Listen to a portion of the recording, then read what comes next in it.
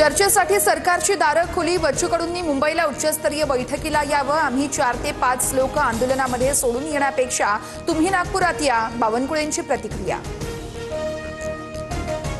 शेतकऱ्यांचा सातबारा कोरा होईपर्यंत मागे हटणार नाही। 12 वाजेपर्यंतची वेळ, अन्यथा भारत बंद करणार। नागपुरातील आरएसएस कार्यालयात जाणार।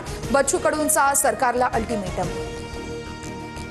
बच्चू कडूंच्या मागण्यांसंदर्भात सरकार सकारात्मक। मुख्यमंत्री फडणवीस नक्कीच पर्याय काढतील। सरकार शेतकऱ्यांच्या हिताचे निर्णय घेणार। दत्ता भरणेंची माहिती।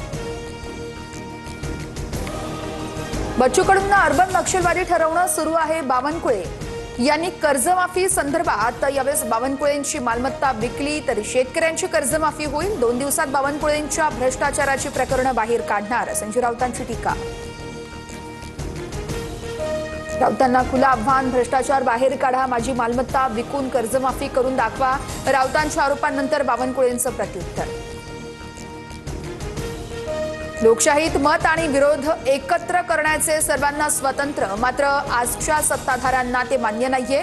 शवविधी दर्पणाच्या अंकात उद्धव ठाकरेंचा लेख।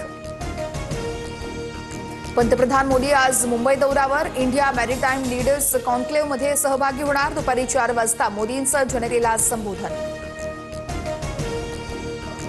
जालना जिल्ह्यामध्ये 2 दिवसांपासून पावसाची हजेरी। कापसाचं तसेच मका पिकाचंही मोठं नुकसान। कापसाच्या उत्पादनामध्ये घट होणार असल्यानं शेतकऱ्यांमध्ये चिंतेचं वातावरण।